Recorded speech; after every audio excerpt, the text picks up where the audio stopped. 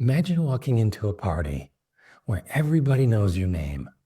They light up when they see you, and they can't wait to share a few moments with you, where you're really appreciated and feeling the love and the smiles as you walk around the room. It's a beautiful feeling, and you just feel like home. Now, you can have that experience, and you can make it so, even if you may not even feel that right now.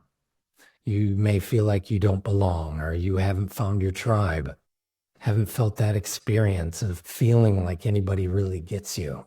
Well, in this episode, you're in luck because we're going to give you the 5-step roadmap for making it happen for you. So you can create that blissful experience where you can walk into any room and shine as bright as you like. So be sure to listen to the end as well to get that one idea that you can use to spark that light in yourselves and others. Hi, my name is Julia, and I'm here with Brian, and together we create The Joy, where we share simple strategies and tools to help you bring more joy into your daily life. Thank you so much for listening. We truly appreciate you. And this is the new season, new year, new us. So we are excited for the journey and we're happy that you're joining in. And since this episode, it's all about finding your new tribe in 2025, make sure to join our community on Facebook. You can find it by clicking the link below. And in the next 30 minutes, you will find everything what is there to know when it comes to making new friends, when it comes to having interesting conversations with people, and when you find someone that you feel that you can be friends with, how to maintain that relation. And this all will work regardless if you might be shy or you don't really know how to approach new people, or you might be feeling awkward sometimes and self-conscious while having a conversation. With the insights from the episode, you will exactly know what to do, maybe not what to say and what to don't say, but you will have the overall guidance to have more meaningful conversations and connections with others that sees the best and brings the best out in you. What makes us being the right people to talk about it? So me and Brian, we were both moving across the world and we have established ourselves from the scratch several times. I think in my case, it was over 5 times that I moved to a foreign country, often without knowing the language. And I managed to form meaningful friendships and groups of people. I each time when I moved, I managed to successfully form my tribe. And also we will bring you some insights from best-selling book about how to get along with others. So let's dive in.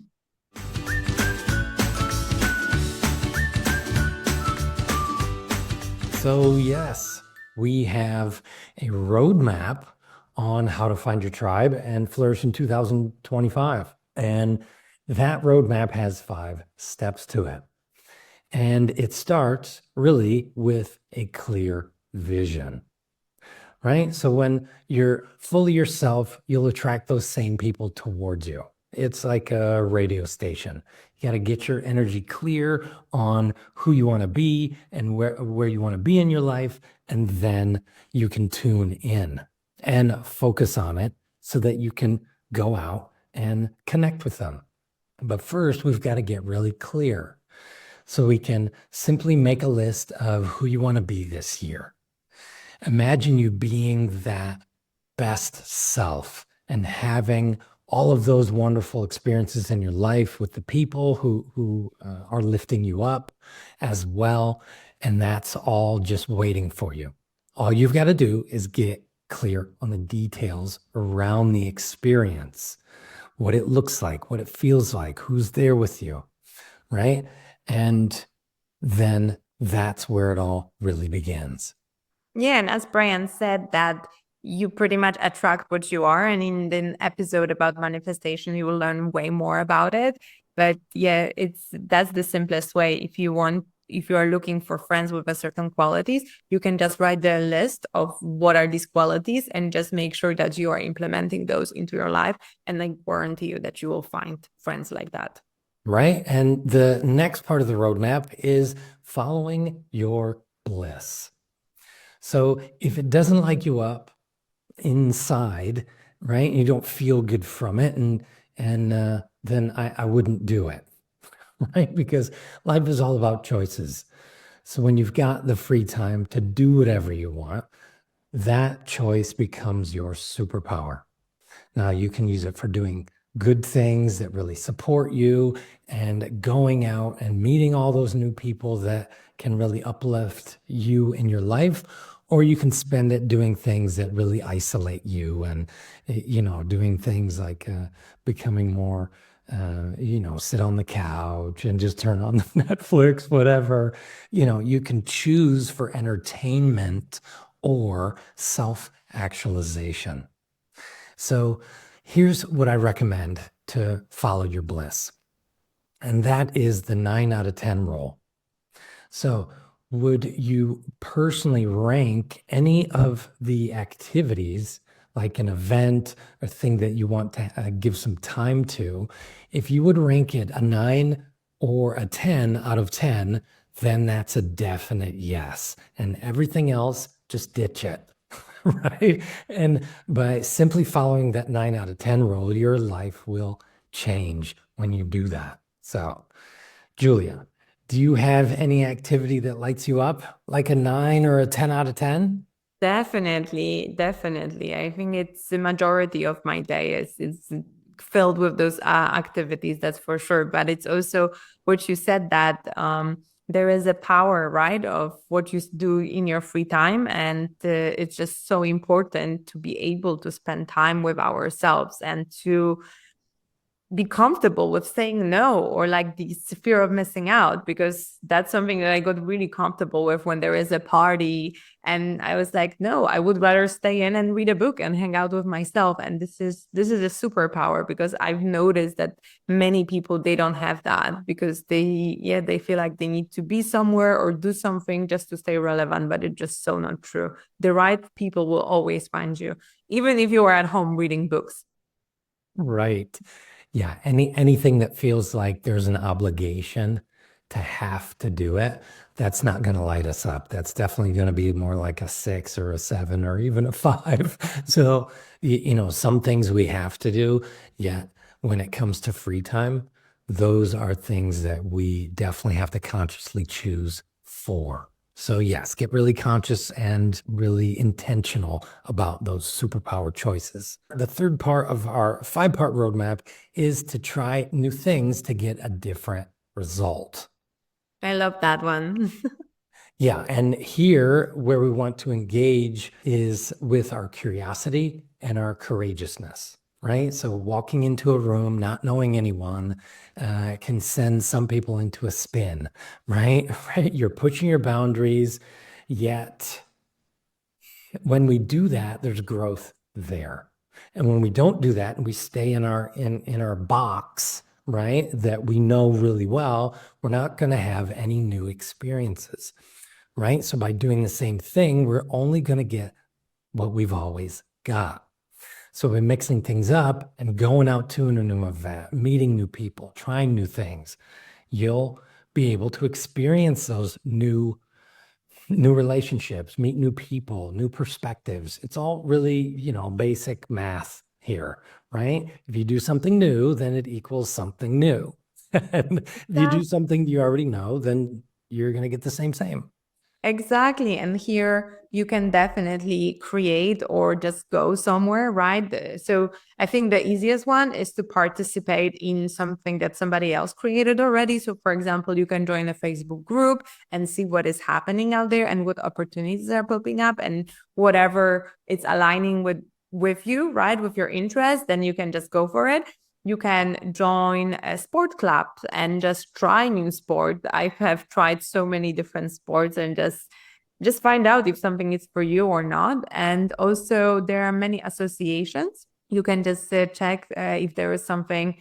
I don't know, if you are into chess, there is always a chess club in the bigger city. There is always a book club. There is always a swimming club. There is always like some professional associations. You can meet people at the networking events. And for example, if you are from Aalborg and unfortunately it's ladies only, But if you are from Aalborg, then you can come for the brunch that I'm organizing. It's called Confident in Finance Over Brunch on the 11th of January at 11, and it will be in the really cool place at Freddie Green's. So you can just join and meet other people that they are interested in making the 2025 their best year yet.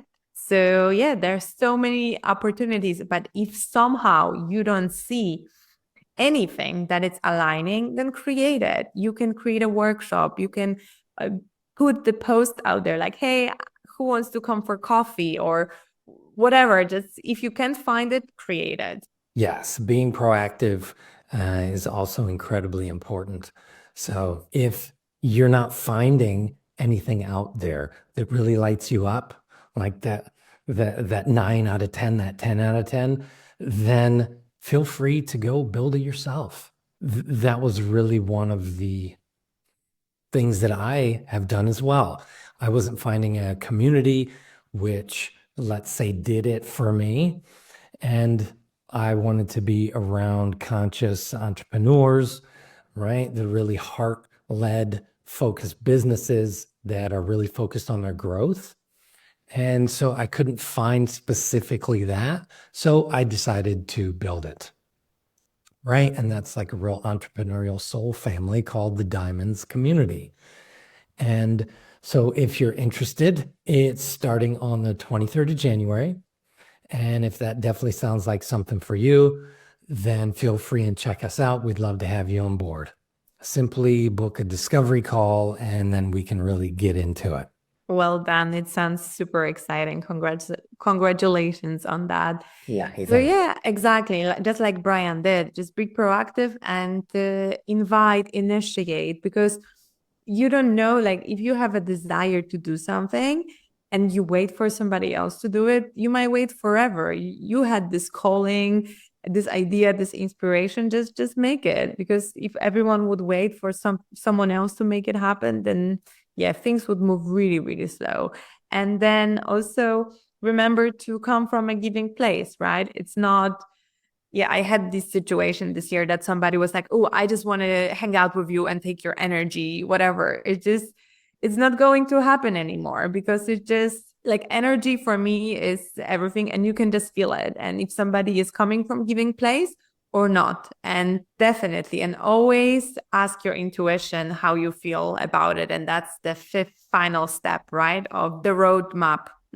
Yes, asking our intuition what would be the best course of action, you can save a lot of time, right? Of trying this or trying that and have less than brilliant experiences. And you can simply ask what's right for me. Like, will I find more enjoyment here? And you can simply go with the first thing you hear and trust in that, right? It's the voice that comes in first before the mind starts to overthink and starts to add logic to everything. It's the one that whispers most of the time.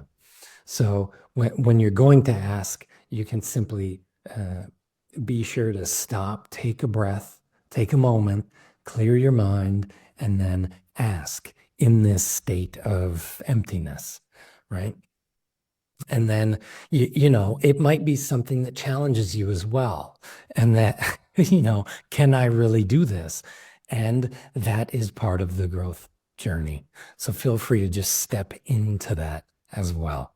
Yes, and it's not easy, but it's rewarding. I can assure you of that. And here we can give you some tips. So it's this book, I've read it, and I think this is like a number one book when it comes to personal growth, or if you want to dive deeper or become just a better with dealing with people. And I feel like every manager should read the book, or every person that is interested in the personal growth. And it's called How to Win Friends and Influence People by Dale Carnegie. And there are more, but I chose five. When you meet someone, right? And then you have this, oh, that person is actually cool. So those tips will turn you into that cool person. So listen and take notes if you have to.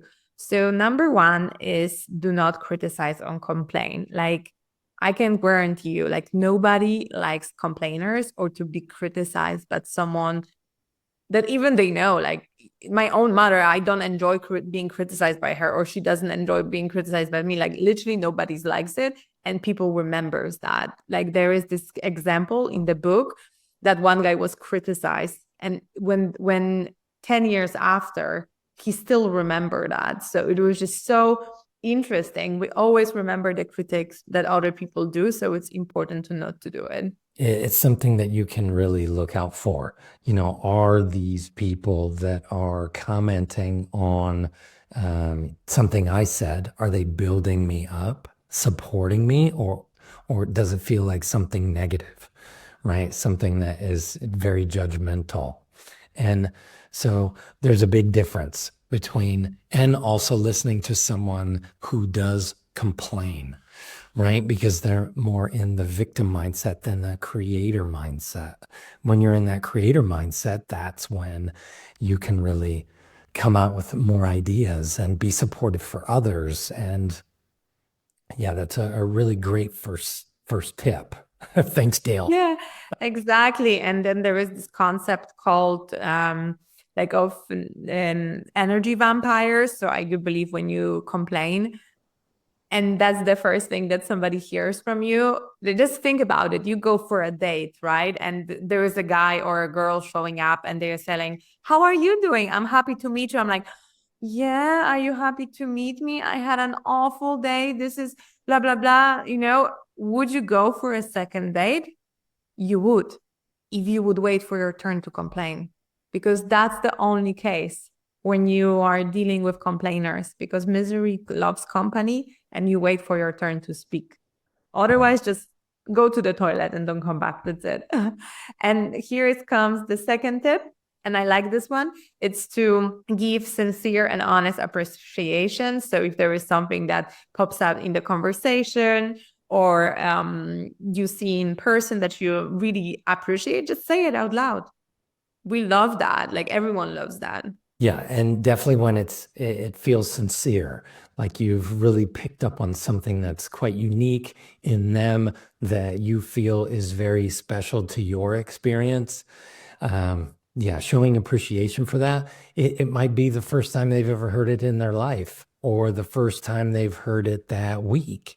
And it can always lift other people's spirits when you express sincere appreciation. This is absolutely heartbreaking to think that somebody maybe did not hear anything kind being said to them, but at the same time, this is an opportunity for you to give wherever you go.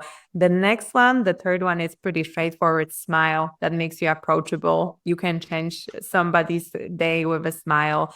And here we come to the fourth one: become genuinely interested in other people. Right. Yeah. What do you think, Brian, about that one?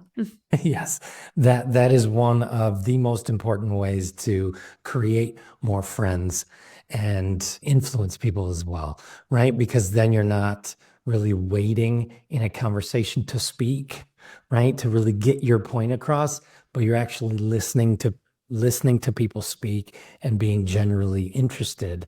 And then you can find out lots more depth in the conversation in other people as well.